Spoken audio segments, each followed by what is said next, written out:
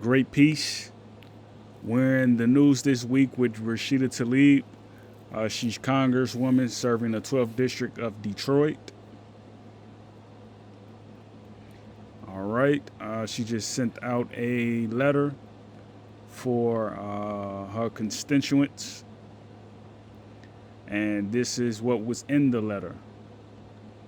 All right. So she got 1 million in funding for a recovery project for people who live in the district, and I'm kind of curious. I want to see how that's going to be put to use,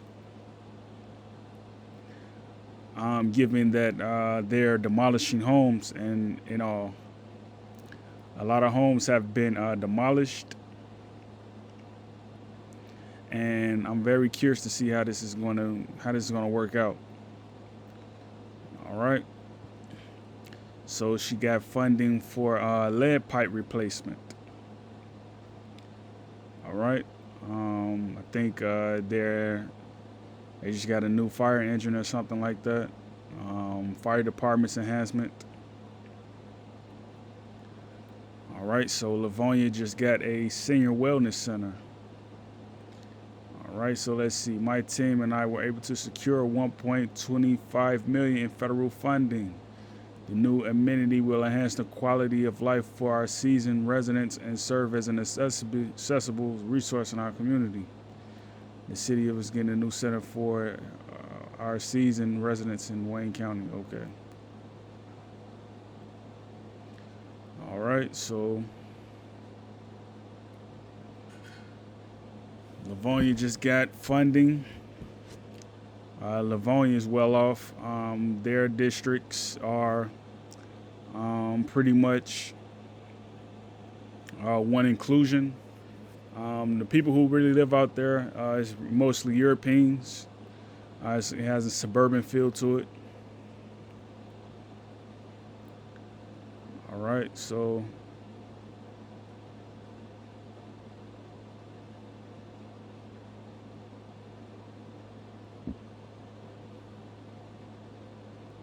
so celebrating Juneteenth with our black neighbors. The 12th Congressional District knows how to celebrate Juneteenth. The black churches for the digital equity held their historic blah, blah, blah, blah, blah, blah. The Federal Affordable Connectivity Program has helped over 130,000 households in our district, reducing broadband costs by over $70 million. I will continue to working to pass the Affordable Connectivity Program Extension Act to renew this vital program. All right, HBCUs. All right, so I'm still kind of figuring out how Livonia got that much funding and Detroit is kind of left holding a blank statement with bills on it. I'm still trying to figure that out.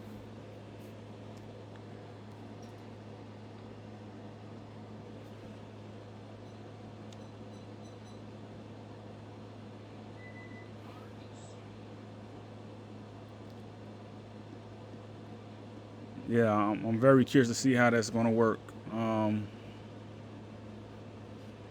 she's kind of intertwined the struggle for black unity and black peace and black security with the Palestine struggle. And I'm confused because I'm like, that kind of, I didn't understand that because I'm like, that could have been left without. Like, never put those struggles together. That's especially during this time where everybody is feeling a little hurt about what's going on over there. All right, so sustainable cities and communities. She was just talking about the Broadband Act. This is something that I will encourage people to read up on. This is a sustainable goal. Uh, Urban sprawl, air pollution, and limited open public spaces persist in cities. So my thing is like, how is this going to be achieved? Um,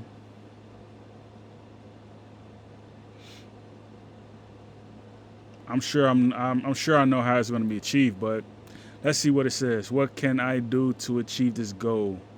Take an interest in the governance and management of your city. Advocate for the kind of city you believe you need. Develop a vision for your building, street, neighborhood, and act on the vision. Are there enough jobs? Can your children walk to school safely? Can you walk with your family at night? How far is the nearest public transport? What's the air quality like? What are your shared public spaces like? The better the conditions you create in the community, the greater the effect on the quality of life. Goal Good progress has been made since the implementation of the SDGs in 2015, and now the number of countries with national and local disaster risk reduction strategies has doubled. But issues still remain. In 2022, only half of the urban population had convenient access to public transport. Sustainable development cannot be achieved without significantly transforming the way public spaces built and managed. All right, so 1 million for a suburb in Detroit, Michigan. Do you all think they need to condense districts as far as like making goals more specialized? I think they do need to do that because again, like it's very rare that you get funding like that and that you come by it, especially to maintain that type of budget. Because if you look at Detroit and you look at Livonia, the two cities pale in comparison. Livonia is way more sufficient in its energy programs, the way it looks, its beautification. Detroit is kind of like wayward. It's not there yet. I'm not sure if it's ever going to be there.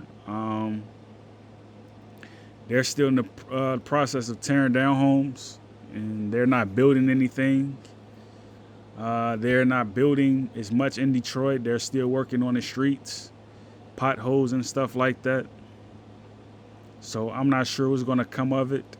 But that was a healthy amount for that suburb, and I think that money could have went to Detroit because Detroit needs it. If you're going to attract retirees and you're going to attract veterans for the city of Detroit, as I've recommended in the past to Gretchen Whitmer, the governor, and Rashida Tlaib, the congresswoman for the 12th district, you have to have funding in those areas. As far as beautification, public transport, you have to have funding in those areas because right now they don't have the funding, or at least it seems that way. I'm sure they have the funding, but it seems that way because nothing is being done about the way the city looks.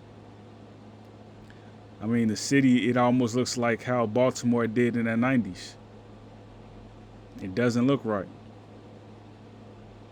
So I'm very curious to see what's going to happen with this, how it's going to pan out.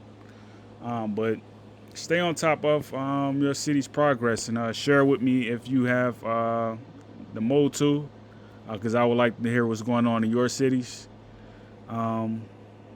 Yeah, that's about it for right now.